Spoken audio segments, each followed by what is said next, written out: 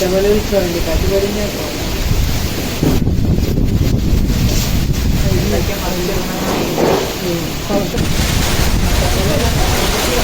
ആ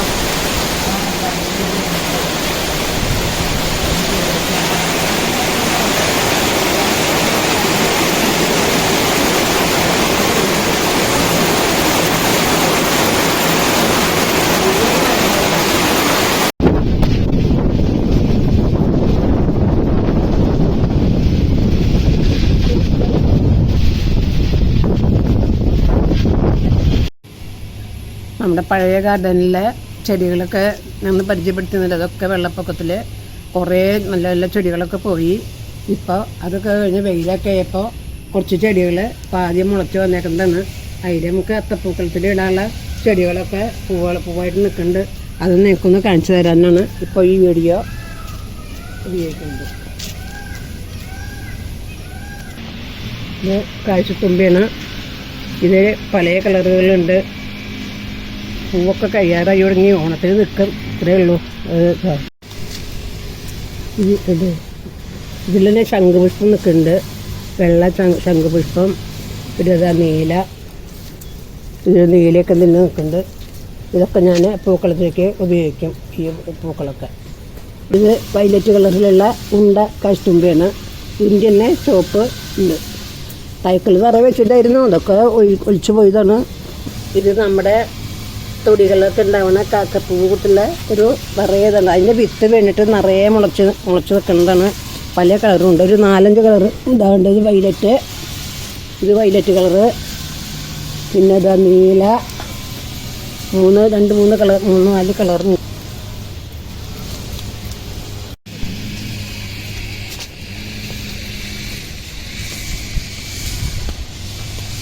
വേറെ തരം ചെടി. ഇതിപ്പോൾ ഇപ്പോഴും നിറയെ പൂവുണ്ടാവുന്നുണ്ട് ഇതിൻ്റെ മുകളിൽ. ഇത് ഞങ്ങൾ ഒരു ദിവസം ഒരു വീടിൻ്റെ മുറ്റത്തിന് കൊണ്ടുവന്ന് വെച്ചതാണ്. അത് പിടിച്ചു. എന്താ പേരൊന്നും എനിക്കറിയില്ല. നിറയെ പൂവുണ്ടാവുന്നുണ്ട് ഇതിൻ്റെ മുകളിൽ. ഇത് നിത്യമുല്ലയുടെ ചെറിയ സൈസാണത്. വലിയ സൈസ് ഇവിടെ നിൽക്കുന്നുണ്ട്. ഇത് ചെറുതോ. ഇത് നിത്യമുല്ലയുടെ വലിയ സൈസ് ഇതാണ്. ഇത് അമ്പലങ്ങളിലേക്ക് മാല കെട്ടാനും പൂജിക്കാനൊക്കെ എടുക്കുന്നത് പൂവ്. എന്നും ഇതിൻ്റെ മുകളിൽ പൂവുണ്ടാവും. പേരൊന്നും അറിയില്ല. ഇതിൻ്റെ കൊമ്പ് കുത്തിയിട്ട് ഉണ്ടാക്കിക്കൊണ്ടാണ് ഈ ചെടി. ഇതിങ്ങനെ കൊലയായിട്ടുണ്ടാവുമല്ലോ. നിറയെ കൊലയായിട്ടുണ്ടാവില്ല. ഇതൊക്കെ ഉണ്ടാവില്ല. ഇതൊക്കെ ഉണ്ടാവും ഇതിൽ. ഇത് നല്ല ഭംഗിയാണ്. ഇത് കുറേ ദിവസം കഴിഞ്ഞാൽ ഇത് കൊഴിഞ്ഞ് വീഴുന്നു. ഇത് മഞ്ഞ ചെണ്ടുമല്ലി. ഇത് നിറയെ തൈക്കളൊക്കെ വെച്ചിട്ടുണ്ടായിരുന്നു. അതൊക്കെ ഒന്നും ഇപ്പോൾ ഇല്ല. അതൊക്കെ പോയി വെള്ളപ്പൊക്കത്തിൽ. ഇത് ഈ ഒരു തൈ മാത്രം ഉണ്ടായി. ഇതിൻ്റെ മുകളിൽ കുറച്ച് പൂവുണ്ടായിട്ടുണ്ട്.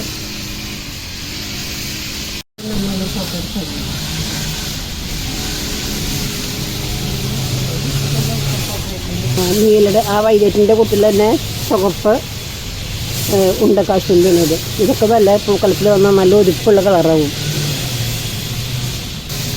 ഇത് നീല ആമ്പലാണ്. ഇതിൻ്റെ തന്നെ വെള്ളയുണ്ടായിരുന്നു. അത് പാത്രത്തോടൊക്കെ വെള്ളത്തിൽ പോയി. ബേസിനടക്കം പോയി. വെള്ളമുണ്ടായിരുന്നു. വെള്ളത്തിൽ പൂവുണ്ടായിരുന്നു. ഇതൊക്കെയാണ് എൻ്റെ തോട്ടത്തിലത്തെ ഇപ്പോഴത്തെ വിശേഷം. ഇനി ഇതിനെ വിപുലീകരിച്ചിട്ട് അടുത്ത കൊല്ലം നമുക്ക് ഇടാം.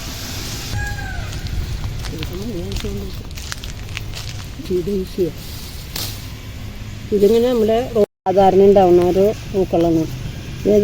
ഒരു ദിക്കിലൊക്കെ നല്ല ഭംഗിയിൽ ഷേപ്പിലൊക്കെ വെച്ച് നിർത്തുന്നുണ്ട്. നമുക്കതിനൊന്നും ആരുമില്ല. നമുക്കതിനുള്ള ഒന്നുമില്ല.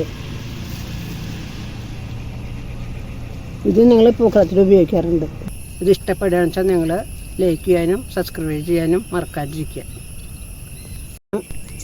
കാലത്ത് നല്ല വെള്ള പൂ വരുന്നത്. അപ്പോൾ അതിൻ്റെ കളർ മാറി വന്നു തുടങ്ങിയല്ലോ. ഇള റോസ് കളറായി. ഇപ്പോൾ ഇനി വൈകുന്നേരം ആകുമ്പോഴേക്കും നല്ല ചുവപ്പ് കളറാവും. ഇത് 3 കളറാവും. ഇത് അതാണ് ചേഞ്ച് റോസ് എന്ന് പേര് വരാനുള്ള 3 കളറ്. ദേവിയുടെ കൂട്ടത്തിൽ 3 കളറിലുള്ള വസ്ത്രം എടുക്കുന്നുള്ളൂ. അതേപോലെ പൂവുള്ളത്. ഈ ചെടി ഇത് പൊങ്ങിനി പൂവെന്ന് പറയുക. ഇത് നമ്മുടെ ഇടയ്ക്കിലൊക്കെ അങ്ങനെ നല്ല വെയിലിടെ ഇവിടെയൊക്കെ ചുവപ്പ് കളറിൽ ധാരാളമായിട്ട് നിന്നായിരുന്നു. ഇപ്പം ഇതിൻ്റെ വെറൈറ്റി കളറുകളൊക്കെ വന്നു തുടങ്ങി. വെള്ള, മഞ്ഞ, നീല, പല കളറായിട്ടും ഇപ്പോൾ വരുന്നുണ്ട്. ഇത് കുറ്റിച്ചെടിയായിട്ട് ഇങ്ങനെ വളർത്താനായിട്ട്. ഇത് തുമ്പ ഭഗവാന് ഏറ്റവും ഇഷ്ടപ്പെട്ട ഒരു പൂവാണ് ഇത്. കണ്ടാൽ നമുക്ക് ആകർഷണത്തൊന്നുമില്ലെങ്കിലും നല്ല ഔഷധ ഗുണമുള്ള ചെടിയാണത്. പിന്നെ മുക്കുറ്റി, പണ്ടൊക്കെ നമ്മൾ ഇത് മാത്രമേ പൂക്കളത്തിൽ ഉപയോഗിച്ചിരുന്നുള്ളൂ. ചെണ്ടുമല്ലി ഇതൊന്നും ഉപയോഗിച്ചിരുന്നില്ല പണ്ടത്തെ കാലത്തൊന്നും. ഇപ്പം എല്ലാ പൂവും ഉപയോഗിച്ചു തുടങ്ങി. ഇല്ല.